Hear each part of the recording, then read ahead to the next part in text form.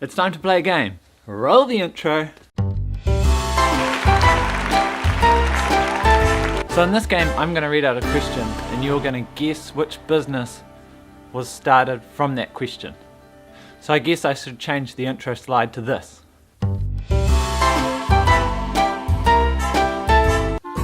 Why should you be stuck without a bed when I have an air mattress?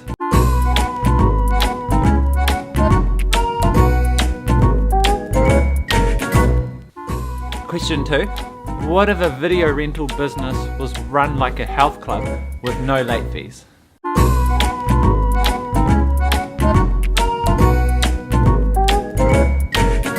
And question 3. Why are the players not urinating more?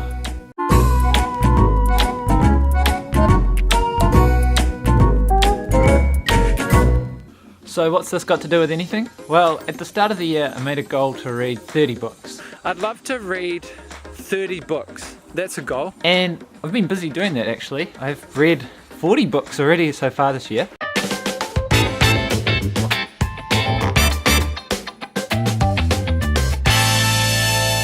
A book that I'm currently reading at the moment, A More Beautiful Question, How to Inquire. A More Beautiful Question, The Power of Inquiry to Spark Breakthrough Ideas. Or just A More Beautiful Question. I've really enjoyed this book and I wanted to give a quick summary of it and then show how it relates back to photography and YouTube and filming and all the things I'm doing. Cue the review.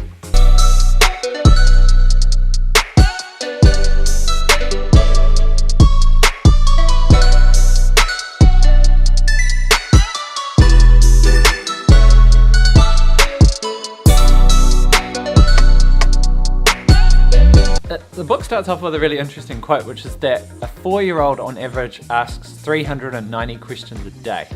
That's crazy!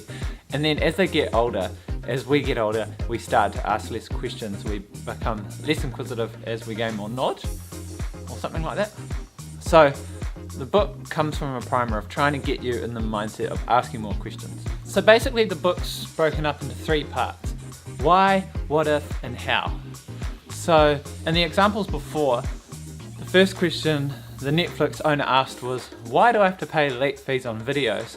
And then following on from that why question, he said, what if you ran a video rental business like a health club? AKA, what if you just paid a monthly subscription and didn't pay late fees? Anyway, and then finally after that you have the how, which is, okay, so I've got this what if idea, how do I go about making that happen? That is a quick summary of how the book works, but it goes much deeper than that. So after you've asked your why question, when you come to that what if question, there's a quote from Edward de Bono, which is to think wrong, and that apparently helps you think differently about the problem. One of the examples they have in the book is, what if when you go to a restaurant, they give you a menu when you leave instead of when you arrive? Basically you're trying to challenge the existing assumptions that you have and then look at them differently.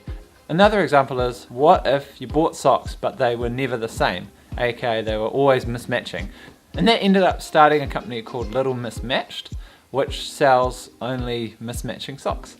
Some of those what if questions as well they get to ask you is, what if money was no object, or what if you could not fail on your idea? So what would you do if you could not fail?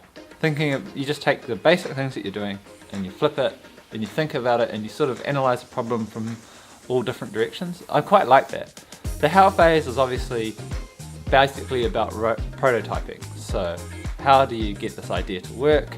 With Netflix it was, what is it, a streaming service? It's online. We've got to get titles, we've got to get people on. So they start to basically transition into the implementation phase. And the book's actually quite keen on questions that you can take actions on. And so I wanted to relate this book back to photography and filming and YouTube and editing and all the things that I'm doing. And I wrote a list of questions. So there's no real structure or outcome from them, but I just thought I'd read them. Why am I doing photography? Why do I find it so hard to take photos at home, but so easy to take them overseas? What if you vlogged without a camera?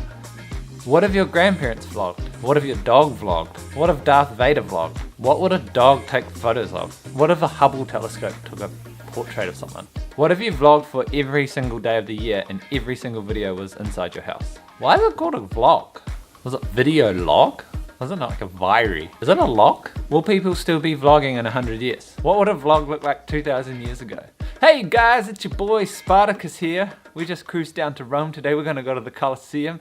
So make sure to hit that like button and subscribe. If everyone in the world had subscribed to your YouTube channel, would you still ask for subscribers? If you could only print out one photo and put it on the wall, what would that be? If you could only make one video, upload it to YouTube, what would that be? So the point of this video, I guess, is taking off on this book is when you're doing YouTube or you're doing a creative thing, you're constantly trying to come up with videos, but you're constantly being influenced by things around you, which isn't a bad thing. Sometimes it's hard to just break away from that mold of making a travel video like everyone else's travel video, or making YouTube content like everyone else's content. Yeah, so anyway, I think through reading all these books, I'm just trying to find what is unique to me. How can I question things that I do, question what other people do, question this, camera, photography, and hopefully come up with something unique to me that I feel is adding to the world, creative and inspiring to other people. Yeah, so anyway, I really recommend getting this book. There's a lot more of just little ideas, they talk about question storming, which is really cool. We sit in a room and just, instead of brainstorming answers, you brainstorm questions. And when you do that, it's actually quite hard to only come up with questions to a topic. Or in the book as well, they always talk about how this world really values answers rather than questions sometimes. So putting yourself in that questioning mindset is really cool. And hope you like my first book review. So hopefully it's still relevant to the channel. So yeah, thanks for watching guys, and I'll see you in the next video.